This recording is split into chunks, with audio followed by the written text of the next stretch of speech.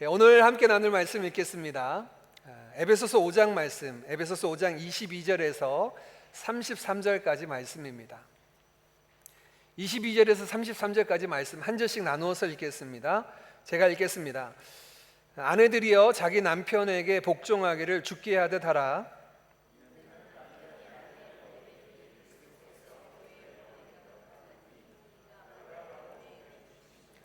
그러므로 교회가 그리스도에게 하듯 아내들도 범사에 자기 남편에게 복종할지니라.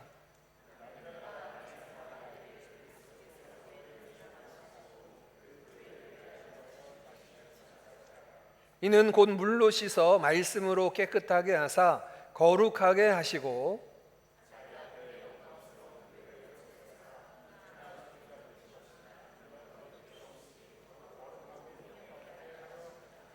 이와 같이 남편들도 자기 아내 사랑하기를 자기 자신과 같이 알지니 자기 아내를 사랑하는 자는 자기를 사랑하는 것이라.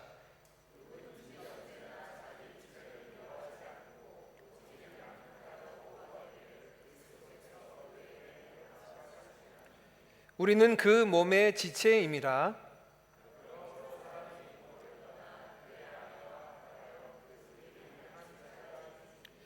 이 비밀이 크도다. 나는 그리스도와 교회에 대하여 말하노라.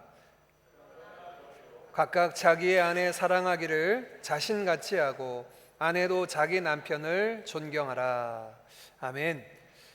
오늘은 우리 신앙생활에 있어서 중요한 것들 몇 가지 중에 한 5손가락 안에 꼽는다면 복음, 말씀, 기도, 예배 여러 가지 중에 중요한 것 중에 하나인 교회에 관해서 여러분과 함께 말씀을 나누겠습니다.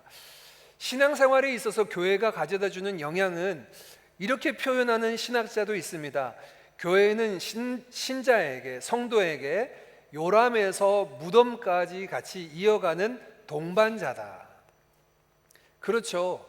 성도가 태어나는 그 순간부터 시작해서 이 세상을 이별하고 하나님 품에 안기는 그 모든 순간 누구와 함께 어디에서 함께 더불어 이루어지는가? 교회와 함께 더불어 진행이 됩니다. 여러분, 신앙생활은 개인이 하는 것 같지만 사실 교회와 더불어 하기 때문에 교회로부터 영향을 받기도 하고 또 내 모습이 교회에 영향을 끼치기도 하는, 교회의 한 멤버로서 영향을 주고받는 관계에 있죠. 교회가 중요하다라고 하는 것은 두말할 나위가 없죠. 여러분들이 지역을 옮기거나 나라를 옮기게 되어서 교회를 정하는 때가 있습니다. 그때 여러분 기도하면서 건강한 교회, 내가 신앙생활을 할 수 있는 좋은 교회를 찾죠. 왜 그렇게 찾습니까? 왜 우리가 기도함으로 준비합니까?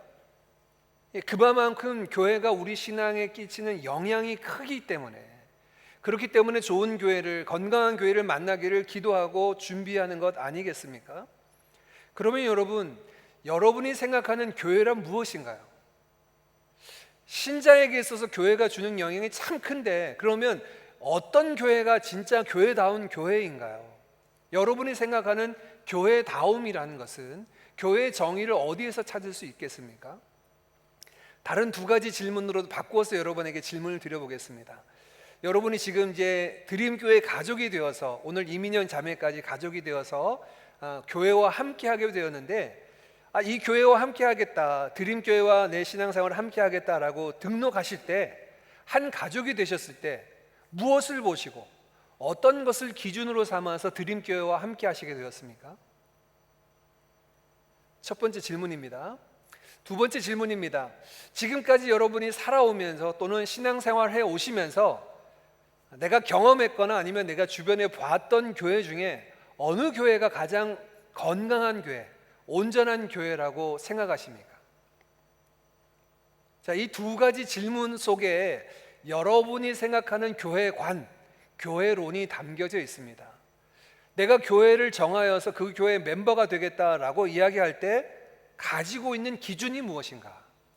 또는 좋은 교회가 어떤 교회인가라고 여러분 머릿속에 생각하는 그 교회 이미지 속에 여러분이 생각하는 교회관이, 교회론이 담겨져 있어요. 교회는 이만큼 우리가 살아오면서 여러 모양 여러 이해 속에서 우리와 함께하는 신앙생활을 하게 되는데, 오늘 짧은 시간이지만 크게는 세 개의 본문을 통하여서 이런 우리 신앙생활에 중요한 교회에 관한 가장 기본적인 것들을 나누고, 특별히 오늘은 저와 여러분이 싱가포르 드림교회 한 지체와 가족이 되어서 교회를 이루어간다는 것이 도대체 어떤 모습인가를 다시금 마음에 새기고 결단하는 시간 되어지기를 간절히 원합니다. 성경에서 교회의 정의를 가장 잘 보여주는 본문이 있다면 저는 고린도전서 1장 2절 말씀을 손꼽습니다. 우리 1장 2절 말씀 같이 읽어볼까요? 같이 읽습니다. 시작. 고린도에 있는 하나님의 교회 곧 그리스도 예수 안에서 성도라 부르심을 받은 자들과 또 각처에서 우리의 주 곧 그들과 우리의 주 되신 예수 그리스도의 이름을 부르는 모든 자들에게, 고린도에 있는 교회에게 편지하는데 그 교회를 향하여서 바울이 일컫는 이야기가 2절 말씀에 담겨져 있습니다. 이 고린도전서 1장 2절 말씀에 보면 교회에 대한 세 가지 특징이 나와 있는데요, 그 첫 번째는 가장 먼저 고린도에 있는 이라고 되어 있어요. 우리는 이것을 부르기를 지역교회라고 부릅니다. 교회의 여러 가지 성격 중에 첫 번째는 교회는 지역교회입니다. 우리 드림교회도 지역교회이죠. 싱가포르에는 한인교회가, 지역교회로 있는 한인교회가 13개 교회가 있습니다. 근데 뭐 우리 교회도 사실 드림교회라는 이름으로 붙여져 있지만 지역교회를 잘 보여주는 게 싱가포르 로컬 처치예요. 우리가 지금 예배당을 빌려 쓰고 있는 이 교회 이름이 뭔지 아십니까? 아담 로드 장로교회예요. 여러분, 길을 가시다가 보면 싱가포르에 있는 메가 처치들 말고요, 대부분 세워져 있는 지역 교회를 보면 그 지역의 이름을 붙여져서 세워집니다. 톰슨 로드 베프티스트 처치, 톰슨 로드에 있는 침례 교회, 어디에 있는 파야레바 무슨 교회 등등 보시면 다 지역에 세워져 있는 교회 이름을 붙였어요. 제가 어릴 때만 해도 한국 교회도 이렇게 다 어느 제일교회, 어디 중앙교회, 어디 무슨 교회, 이렇게 다 지역 교회 이름을 가지고 있었는데 어느 날 미국의 어느 교회의 영향, 미국의 신학적인 영향 때문에 이름을 다 바꾸게 되었어요. 저도 사실 싱가포르에 교회를 세울 때는 지역 교회 이름을 따르고 싶은데 한인교회 한계는요, 지역을 정할 수가 없습니다. 예배 장소가 이곳에 안 되면 다른 곳으로 옮겨야 되기 때문에 지역의 이름을 딸 수가 없어서, 그래서 우리 이제 이런 드림교회라는 이름을 정하게 됐는데, 그런 교회됨에 있어서 가장 첫 번째 나오는 것은 교회는 지역교회입니다. 이 말은 무슨 말이냐면 신앙생활하기 위해서 예수 그리스도를 믿음으로 교회로 우리가 부름받았다면 지역에 세워져 있는 어느 교회에 소속이 되어야 된다는 거예요.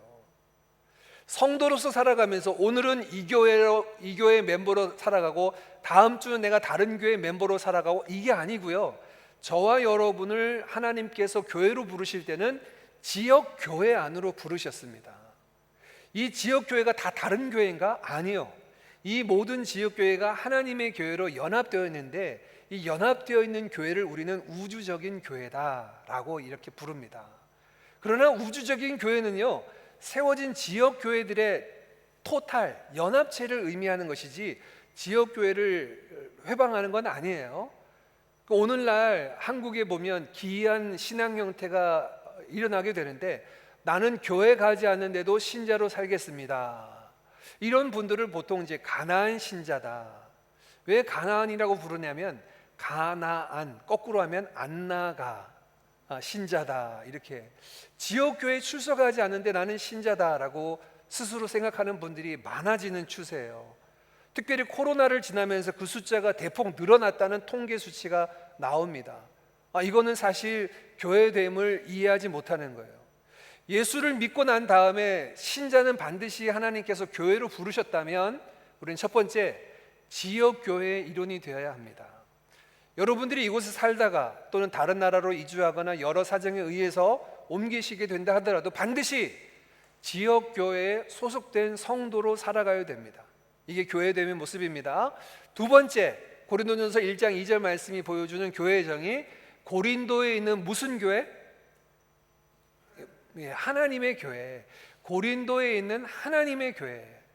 두 번째 고린도전서 1장 2절 말씀이 보여주는 교회의 정의는, 교회는 하나님의 교회다라고 이렇게 말씀하고 있어요. 이 말씀은요, 교회의 소유권을 이야기합니다.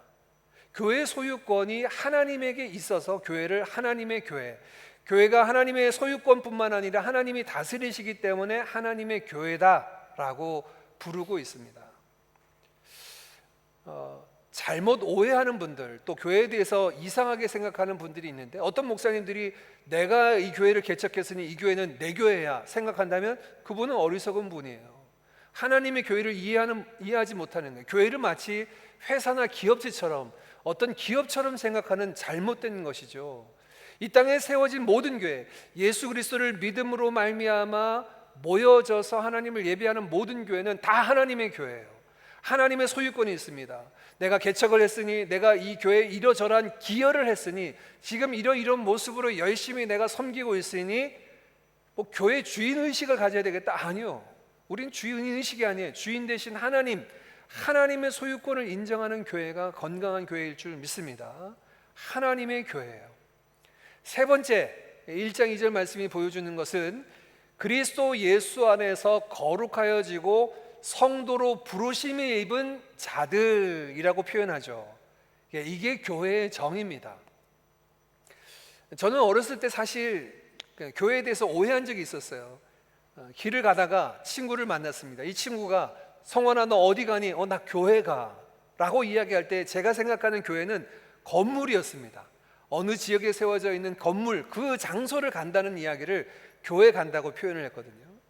근데 나중에 알고 보니까 교회는 건물이 아니더라고요. 그럼 교회는 뭡니까? 공동체 모임이에요. 성도들의 모임인데, 이것을 설명하는 가장 분명한 성경 구절이 여기입니다. 그리스도 예수 안에서 거룩하여지고 성도로 부르심을 입은 자들, 특별히 마지막 잘 보십시오. 부르심을 입은 자들이라고 하는 표현이요, 이게 성경의 교회라고 하는 원어와 연관이 되어 있습니다. 신약 성경에 교회라는 단어가 등장하는데, 이 교회라는 단어가 헬라어로는 에클레시아라는 단어입니다. 이 에클레시아는 두 단어의 합성어예요. 에크라고 하는 단어, out of라고 하는 뜻입니다. 칼레오라고 하는, 부르다라고 하는 단어의 합성어가 에클레시아예요. 바깥으로 부름받았다라는 것의 합성어입니다. 어디로부터 부름받았어요?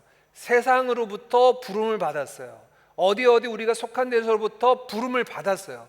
부름받은 자들의 모임이 교회입니다. 공동체예요. 그런데 그 정의를, 이 단어적인 서술을 가장 잘 보여주는 성경 구절 1장 2절이에요. 예수 그리스도 안에서 거룩하여지고 성도로 부르심을 받았어요. 우리는 거룩한 무리들이라고 부르심을 받았어요. 그 부르심을 입은 자들의 모임이 바로 교회입니다. 이제 교회에 관해서 성도들과 함께 나눌 때 이런 이야기를 하시는 분들이 있습니다. 목사님, 교회가 하나님의 교회인데 왜 이렇게 교회가 문제가 많아요? 교회 오면 왜 이렇게 많이 싸웁니까? 교회 오면 왜 이렇게 막 이상한 일들이 많이 일어나나요? 왜냐하면 오늘 이 고린도전서 1장 2절의 교회의 정의를 잘 보십시오. 저는 이것을 교회의 이중적인 성격이라고 표현하고 싶은데요, 왜 이런 일이 일어나느냐? 교회의 간판은 하나님의 교회라고 소유권이 하나님에게 붙여져 있는데, 교회의 내용물을 보니까 부르심을 입은 사람들의 모임이에요. 근데 왜 우리가 경험하는데 교회가 이렇게 문제가 많고 어렵고 힘드냐라고 느낀다면, 부르심을 입은 사람들이 모자라는 사람들, 부족한 사람들, 여전히 옛 모습을 버리지 못하는 사람들이 모여서 투닥투닥하고 어려우니까 문제가 많아 보이는 거예요. 그래서 오해를 하기 시작하는 겁니다. 왜 하나님의 교회가 이렇게 문제가 많습니까? 세상에 세워진 하나님의 교회는 완전해야 되지 않습니까? 완벽해야 되지 않습니까? 예, 맞습니다. 교회는 하나님 보시기에 영광스러운 교회가 맞는데, 우리가 느끼기에 교회가 부족하고 문제가 많다라고 느끼는 이유는 부름받은 우리가 부족하기 때문에 그래요. 만약에 여러분, 하나님께서 완벽하고 완전한 교회를 부르시려면 흠 없는 사람들은 교회에 올 수가 없습니다. 죄인들은 교회 문턱을 밟을 수가 없어요. 그러면 교회는 흠 없이 되죠.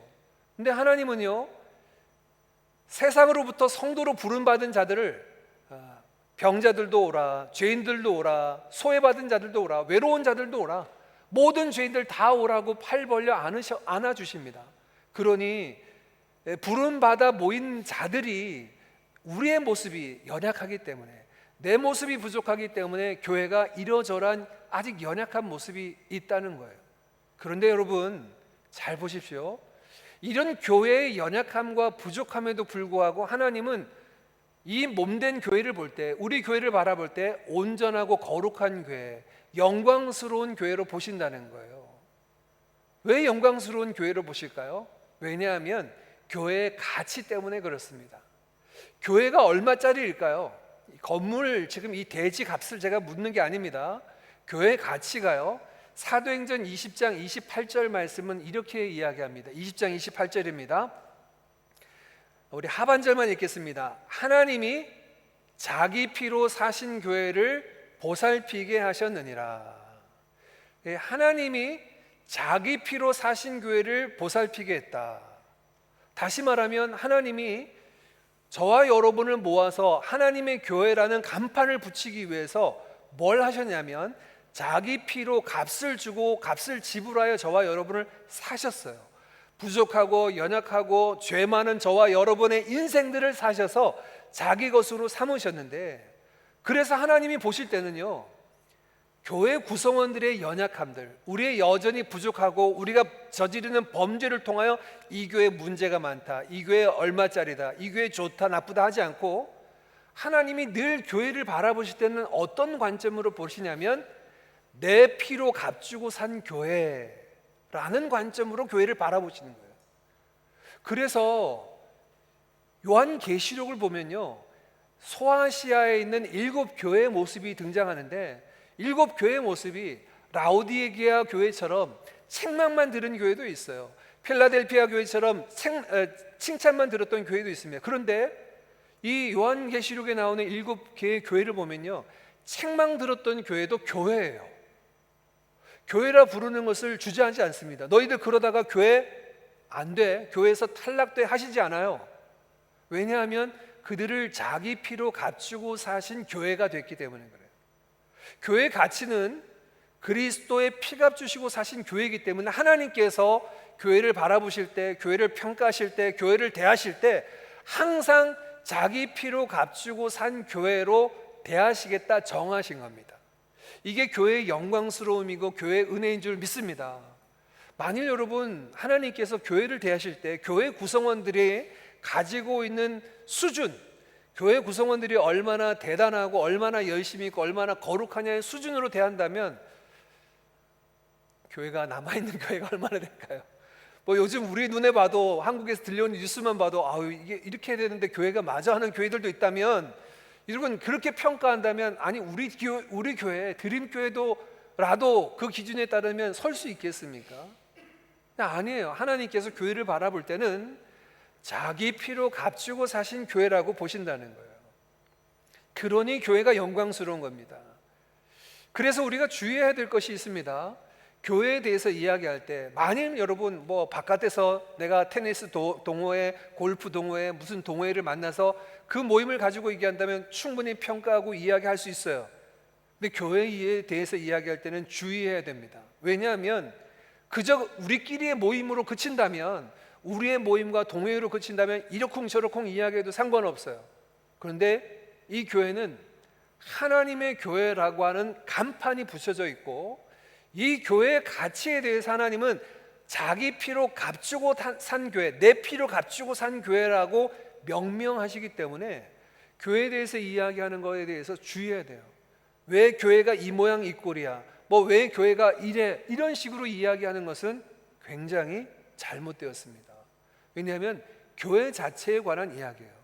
교회 구성원은 충분히 평가할 수 있습니다. 목회자들, 오늘날 보면 목회자들이, 전에 제가 설교할 때도 여러분과 말씀 나눴지만 제가 신학생 때만 해도요, 존경하고 닮고 싶은 인격적인 존경받는 목사님들이 참 많이 계셨는데, 요즘은 유명한 설교가들은 계신데 존경받는 목회자들이 찾아보기가 어려워요. 그만큼 목회자들도 많이 좀 어려워졌죠. 목회자들에 대해서 평가할 수 있습니다. 그건 문제가 아니에요. 성도 개개인의 문제가 있을 때, 우리 지난달까지 묵상했던 고린도 전서를 보니까 어떻습니까? 교회에 파랑이 있었어요. 교회에 분쟁이 있었습니다. 성적인 타락이 있었어요. 무질서한 교회에 예배가 드려지고 있었습니다. 평가할 수 있어요. 얘기할 수 있어요. 그런데 여러분, 바울의 태도를 잘 보십시오. 고린도 전서를 시작하면서 1장 2절에 이 말씀하신 이후에 3절부터 내가 이 교회를 생각할 때마다 하나님 앞에 항상 감사한다고 얘기해요. 왜 감사합니까? 이런 문제투성이 교회를 향하여 무엇은 감사가 있다고 감사한다고 얘기해요. 왜 감사하냐면 이 교회가 그럼에도 불구하고 하나님께서 자기 피로 값주고 사신 교회이기 때문에 감사한 거예요. 그러니 여러분, 우리가 교회라고 하는 것을 대할 때, 그것이 우리가 섬기고 있는 저 멀리 말레이시아 밀림 속에 있는 원주민 교회든, 건물이 있든 없든, 몇 명이 모이든, 상가에서 모이는 아주 개척교회 초라한 작은 교회든 아니든 간에 하나님의 교회라고 보이는 모든 교회는 교회로서의 가치와 모습을 가지고 있는 줄 믿습니다. 그러니 겉모습으로 평가해서는 안 돼요. 겉모습으로 우리가 어떤 것을 이야기해서도 안 되죠. 교회를 누가 세우셨을까요? 교회는 어떻게 시작이 되었을까요? 그러면 이 교회에 관해서 예수님께서 선언하신 마태복음 16장 18절 19절 말씀 우리 같이 한번 읽어봅니다. 같이 있습니다. 시작. 또 내가 네게 이르노니 너는 베드로라. 내가 이 반석 위에 내 교회를 세우리니 음부의 권세가 이기지 못하리라. 내가 천국 열쇠를 네게 주리니 내가 땅에서 무엇이든지 매면 하늘에서도 매일 것이요 내가 땅에서 무엇이든지 풀면 하늘에서도 풀리리라 하시고. 이 말씀은 예수님께서 교회에 대해서 설명하신 내용인데, 너는 베드로라 하는 말씀을 보면 이 앞에 절인 마태복음 16장 16절에 베드로가 주는 그리스도시요 살아계신 하나님의 아들이십니다 라고 말한 신앙 고백 뒤에 예수님이 그를 칭찬하시며 말씀하신 내용, 그것이 18절 19절 말씀이거든요. 베드로의 원래 이름은 본명은 베드로가 아닙니다. 그 이름은 시몬이었어요. 근데 예수님께서 그에게 별명을, 닉네임을 붙여주신 것이 베드로입니다. 이 베드로라는 말은 원어로는 페트라라고 하는 반석이라는 말이에요. 너는 베드로라, 내가 이 반석 위에 라는 말이, 베드로라는 말과 반석이라는 말이 같은 단어인 거죠. 예수님께서 그러면 베드로 위에 교회를 세우셨다는 말인가? 아닙니다. 베드로가 한 신앙 고백이요, 주는 그리스도시고 살아계신 하나님의 아들입니다라고 하는 그 신앙 고백 위에 내 교회를 세우시겠다는 거예요. 이게 굉장히 중요한데요. 왜 중요하냐면 오늘 우리가 성찬식도 행했는데, 성찬식뿐만 아니라 교회의 정회원이 되는 사람들의 자격 요건이 있어요. 세례 교인이어야만 합니다. 아무리 교회 헌금을 많이 하고 많이 기여를 하더라도요, 세례 받지 않은 분들은 교회의 정회원이 될 수가 없어요. 왜냐하면 세례 받을 때 예수님을 그리스도시요 하나님의 아들이십니다 라고 고백한 사람들 위에 교회가 세워졌기 때문에 그렇습니다. 그러니 교회 멤버가 되기 위해서는 이 고백 안 한 사람들은 멤버가 될 수 없는 거예요. 예수님께서 너는 베드로라 하신 말씀은 베드로가 아니라 베드로가 한 신앙 고백이 위해 교회를 세우시겠다는 거예요. 자, 여기서 우리는 분명히 알 수 있는 게 또 한 가지 있습니다. 예수님께서 이 베드로가 한 신앙 고백 위에 교회를 세우셨다. 두 번째, 교회를 세운 주체가 누구라고요? 내게 이르는 너는 베드로라, 내가 이 반석 위에 내 교회를 세우겠다. 누가? 예수님이. 교회를 세운 주체가 예수님이에요. 예수님이 교회를 세우셨고, 예수님이 부활하신 이후에 오순절에 성령을 보내어 주심으로 말미암아 교회의 역사가 시작이 됩니다. 교회를 세우신 분, 교회의 설립자가 누구냐? 예수 그리스도예요. 그래서요, 우리를 뭐라고 부르는지 아십니까? 세상에서 우리를 기독교회, 그리스도교라고 불러요. 왜 우리를 그리스도교라고 부릅니까? 왜 우리를 기독교회라고 불러요? 왜냐하면 예수 그리스도께서 이 교회를 세우신 거예요. 그리스도를 주와 그리스도와 하나님의 아들로 고백하는 고백 위에 교회를 세워졌기 때문에 우리의 신앙을 그리스도교, 기독교회라고 부르는 겁니다. 교회를 누가 세우셨냐? 교회의 설립자는 바로 예수 그리스도시세요. 예수님은 교회를 그저 세우신 것으로 그치지 않습니다. 이 세우신 교회에 능력을, 권세를 부여하셨습니다. 어떤 권세입니까? 18절 후반절에 보니까 음부의 권세가 이기지 못하리라. 여기 음부라고 하는 말의 원어는 하데스라는, 그래서 영어는 헤이디스라고 하는 진짜 음부입니다. 지옥이에요. 지옥 권세가 이기지 못하게 하겠다라고 되는데요, 이 지옥이라고 말하는 것은 사망 권세죠. 죽음입니다. 다시 말해서요, 예수님께서 교회를 세우셨을 때 교회에게 주신 권세가 뭐냐? 음부, 죽음, 사망, 죄의 권세가 교회를 이기지 못하도록 교회에 생명의 권세를 더해 주셨습니다. 이걸 표현하는 것이 19절이에요.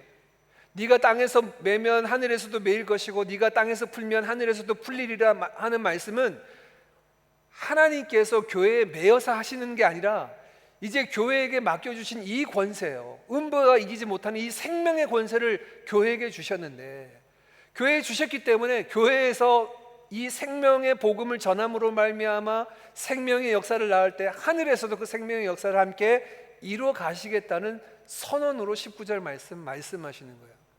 자, 그러면 잘 따라오고 계십니까? 절반은 지금 어디 가 계신 것 같아. 여러분, 예수님께서 교회를 세우셨고 교회에 음부가 이기지 못할, 사망이 이기지 못할 권세를 주셨다면, 자, 퀴즈입니다.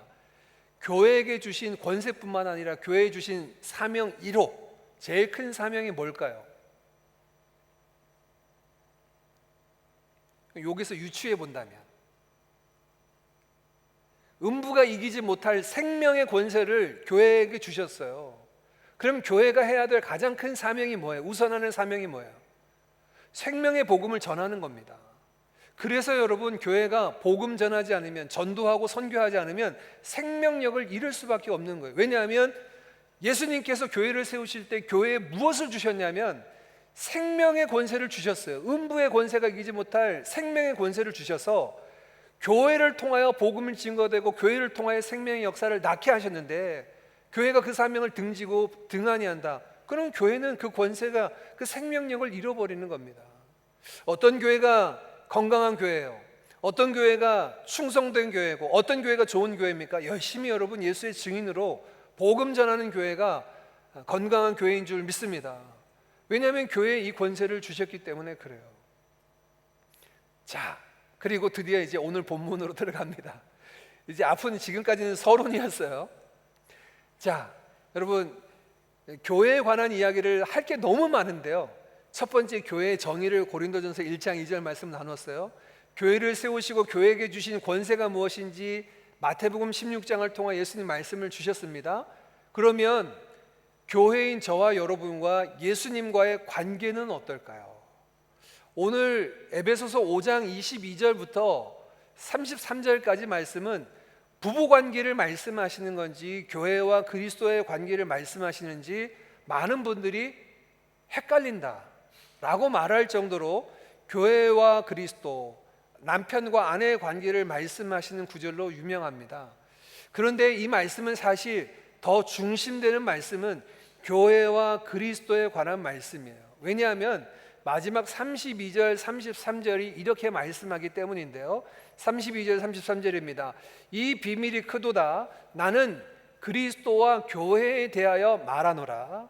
그러나 너희도 각각 자기 아내 사랑하기를 자신같이 하고 아내도 자기 남편을 존경하라.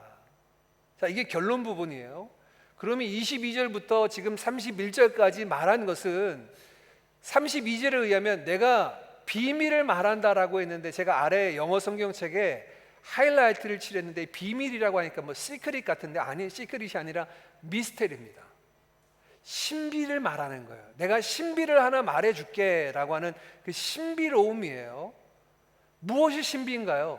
이 31절 말씀에는 뭘 얘기하고 있냐면, 창세기 2장 말씀을 통하여 남자가 그 부모를 떠나 아내와 연합하여 한 몸을 이루라 하신 말씀을 31절에 하고 있거든요.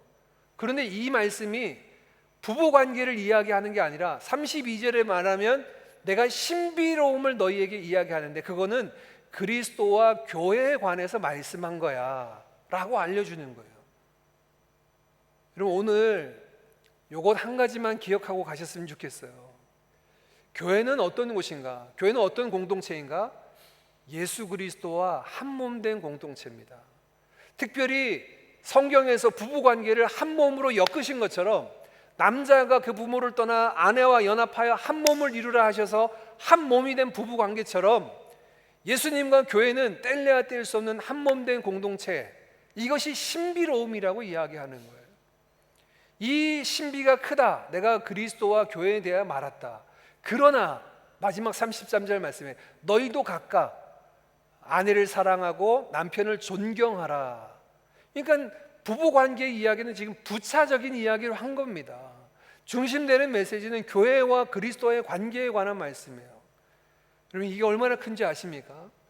우리 드림교회도 마찬가지고요. 세상에 세워진 모든 교회가 예수 그리스도의 신부된 교회, 아내된 교회로 주님께서 그 교회를 자기 몸처럼 하나된 교회로 여기시겠다는 거예요. 그래서 이 에베소서 5장 28절 말씀에 보면 자기 앞에 영광스러운 교회로 세우사 티나 주름 잡힌 것이나 이런 것 없이 흠없고 거룩하게 하려 함이라 라고 선언하신 거예요. 예수님이 교회인 저와 여러분을 부르셔서 뭐 하려고 하시냐면 자기 앞에, 신랑 되신 예수 그리스도 앞에 영광스러운 교회로 세워서 티나 주름 잡힌 것 이런 것 없이 흠없고 거룩한 신부로 세워주시려고 저와 여러분을 부르셨다는 거예요. 이걸 위해서 예수님은 일하고 계십니다. 그러면 교회에 사명된 저와 여러분의 사명은 무엇일까? 우리에게 주어진 사명은 무엇일까? 오늘 시작 22절 말씀은 아내들에게 이렇게 말합니다. 아내들아, 남편에게 존경하라. 남편을 복종하라. 교회가 그리스도에게 복종한 것 같이 아내들아, 남편에게 복종하라 라고 말씀하신 이후에 23절에 그 이유를 이렇게 이야기합니다. 5장 23절입니다. 이는 남편이 아내의 머리됨이 그리스도께서 교회의 머리됨과 같음이니 그가 바로 몸의 구주시다. 지금 교회에 관한 이야기가 메인입니다. 부부관계는 서브예요. 그거는 부차적인 문제예요. 메인은 교회에 관한 이야기를 했는데 지금부터 여러분 이해할 때, 이 본문 말씀을 이해할 때 아내들에게 말하는 말씀은 교회에게 하신 말씀으로 받아야 돼요. 남편이 하는 말씀, 남편에 대하여서 말씀하시는 부분은 그리스도께서 우리에게 대하여서 하시는 일이 무엇인지를 바라보는 말씀으로 이해해야 됩니다. 이는 남편이, 즉 그리스도께서 교회의 머리됨이, 그리스도께서 교회의 머리됨과 같으니 그가 교회의 구주가 되신다라고 말씀하시는 거예요. 24절 한 번 더 이해에 대해서 더 말씀하십니다. 24절입니다. 그러므로 교회가 그리스도에게 하듯 아내들도 범사에 자기 남편에게 복종할지니라. 잘 보십시오. 그러므로예요. 그러니까 지금까지는 남편 아내 관한 이야기가 아니라는 얘기예요. 교회와 그리스도의 관계 얘기하는데, 그러므로 교회가 그리스도에게 하듯 아내들도 범사에 남편을 존경하고 복종하라 라고 말씀하는 겁니다. 자, 그러면 여러분, 오늘 말씀의 이제 결론 부분 첫 번째입니다. 교회는 신랑 되신 예수 그리스도에게 복종하는 교회여야 됩니다. 앞으로 우리 드림교회뿐만 아니라 여러분이 몸담게 될 여러 교회들도 마찬가지인데요. 교회가 사람들의 모임이라고 다수결에 의해서 의사결정이 이루어지면 안 됩니다. 건강한 교회 아니에요. 교회가 무엇을 결정하고 교회가 어떤 사역을 이루어갈 때 주님이 그것을 명령했느냐를 살펴야 됩니다. 왜냐하면 교회는 신부된 교회로 신랑 되신 예수 그리스도에게 복종해야 하기 때문에 그래요. 교회에서 예배를 드립니까? 교회에서 봉사를 합니까? 교회에서 선교를 합니까? 교회에서 어떤 사역을 합니까? 모든 것들이 그리스도께서 명령하신 것에 따라서 진행되어야 됩니다. 교회 멤버인 저와 여러분의 의사결정 또는 우리의 손익 계산을 통하여 우리에게 무엇이 더 유리한가에 의해서 결정하는 게 아니라 예수님께서 무엇을 명령하셨느냐에 따라서 그것이 우리에게 손해가 되더라도, 그것이 우리에게 힘겨운 일이 되더라도 복종해야 되는 것이 신부된 교회의 모습인 줄 믿습니다. 그렇게 나아가야 돼요. 이게 첫 번째 교회들에게 주신 모습입니다. 그러면 신랑 되신 예수님은 이 교회를 향하여 뭘 하실까요? 어떤 모습을 보여주시고 계신가요? 25절 26절은 신랑 되신 예수님에 대한 모습입니다. 남편들아 아내 사랑하기를 그리스도께서 교회를 사랑하시고 그 교회를 위하여 자신을 주심같이 하라. 이는 곧 물로 씻고 말씀으로 깨끗하게 하사 거룩하게 하셨다라고 말씀해요. 신랑 되신 예수님은 저와 여러분을 위해서 무엇을 하셨냐면 자기 자신을 주심과 같이 사랑하셨습니다. 교회를 위해서 물로 씻었어요. 성령을 부어주시고 자기 피로 씻어 정하게 하시고 말씀으로 깨끗하게 하사 거룩하게 하시는 분이 예수님입니다. 예수님은 지금도 교회의 머리로 교회를 온전하게 하고 거룩하게 하고 그 말씀대로 지도하고 가르치시는 줄 믿습니다. 예수님의 이 사역을 여기에 그치지 않아요. 예수님은 교회를 덩그러니 세워놓고 뒷짐지고 한 걸음 물러나 계신 분이 아니라 지금도 여전히 교회를 돌보시고 또 교회를 인도하시는데 29절 30절 말씀에 이렇게 이야기합니다. 누구든지 언제나 자기 육체를 미워하지 않고 오직 양육하여 보호하기를 그리스도께서 교회에게 함과 같이 하나니 우리는 그 몸의 지체임이라. 예수님이요, 신랑 되신 예수님이 아내를 향하여서 지속적으로 뭘 하냐면 오직 양육하여 보호하기를 그리스도께서 교회에게 하심같이 한다. 지금도 주님은요 자기 피로 사신 교회를 양육하고 돌보시는 사역을 합니다. 당신의 말씀을 통하여 양육하시고요, 이 험한 세상, 악한 세상에서 세상에 물들지 아니하도록 보호하시고 또한 이 거친 세상에서 성도들과 교회가 무너지지 않도록 보존하시고 지키시는 일들을 행하시는 줄 믿습니다. 어떻게 예수님께서 이 일을 하시는지 알 수 있습니까? 지난 2000년 기독교 역사가 그걸 보여줘요. 지난 2000년 그리스도 교회의 역사가 신랑 되신 예수님이 교회를 어떻게 보호하시고 어떻게 양육해 오셨는가의 역사의 산 증거물입니다. 그렇게 신랑 되신 예수님은 우리와 함께 하시고 교회를 세우십니다. 이제 말씀을 정리하고 우리 함께 찬양하고 기도하겠습니다. 저와 여러분은 교회입니다. 우리는 교회로 모였어요. 내가 의사 결정을 해서 교회의 멤버가 되었다. 이건 뭐 동호회 가입을 하거나 어떤 단체 가입하는 것과는 차원이 다릅니다. 예수 그리스도 안에서 우리가 그의 몸으로 그의 신부로 부름을 받았어요.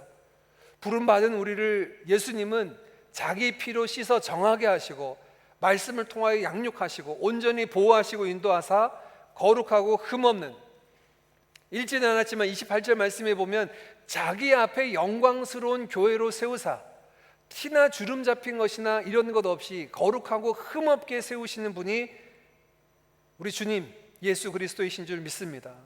그러니 여러분, 교회된 저와 여러분이 다짐해야 될 게 뭔가요? 오늘 고린도전서에서 말씀하고 있는 교회의 그 기준과 정의를 마음에 새길 뿐만 아니라 머리 되신 그리스도, 신랑 되신 예수님께서 어떻게 우리 교회를 세워가시는지, 또 교회된 우리가 어떻게 예수님 말씀 앞에 복종하고 순종하며 나아가야 할지, 그 말씀 앞에 세워지는 거룩한 교회로 나아가야 될 줄 믿습니다. 여러분, 목회자로 사역하면서 참 안타까운, 제가 좀 아쉬워하는 마음이 있습니다. 있는 게 뭐냐면 점점 이상하게 시간이 지나가면 지나갈수록 교회에 대한 인식이 성도들 간에 조금 희미해져 간다라는 것을 느껴요. 제가 사역을 시작했던 한 20 몇 년 전만 해도요, 교회에서 성도들을 만나면 뭐라고 말씀하셨는지 아십니까? 하나님께서 저를 이 교회에 보내셨습니다. 하나님의 인도하심에 대해서 다들 그렇게 고백했어요. 어떻게 교회에 오시게 되었습니까? 예, 하나님의 인도하셔서 오게 되었습니다. 하나님의 인도 따라 하나님 주님의 몸된 교회에 몸담고 있다라고 생각을 했는데, 요즘 제가 우리 성도님들 또는 주변에 있는 많은 크리스찬들을 만날 때 느끼는 느낌은 교회를 어떻게 인식하냐면, 어떤 분들은 교회를 쇼핑하듯이 내 영적인 니드를 취할 수 있는 곳으로 생각한다든지, 아니면 교회를 그냥 어떻게 투어한다든지 필요할 때만 내가 취하는 정도로만 생각하는데, 아니요, 예수 그리스도 안에서 저와 여러분을 부르신 것은 구원으로의 부름이기도 하지만 교회로의 부름입니다. 성경에서 말씀하고 있는 이 교회예요. 신약 성경 대부분은 다 교회에게 보내어진 편지입니다. 이 교회됨을 우리가 놓치지 않았으면 좋겠어요. 건강하게 신앙생활하려면요, 교회가 무엇인지 바르게 알고 그 교회됨을 온전히 이룰 때 온전하고 건강한 신앙생활 할 줄 믿습니다.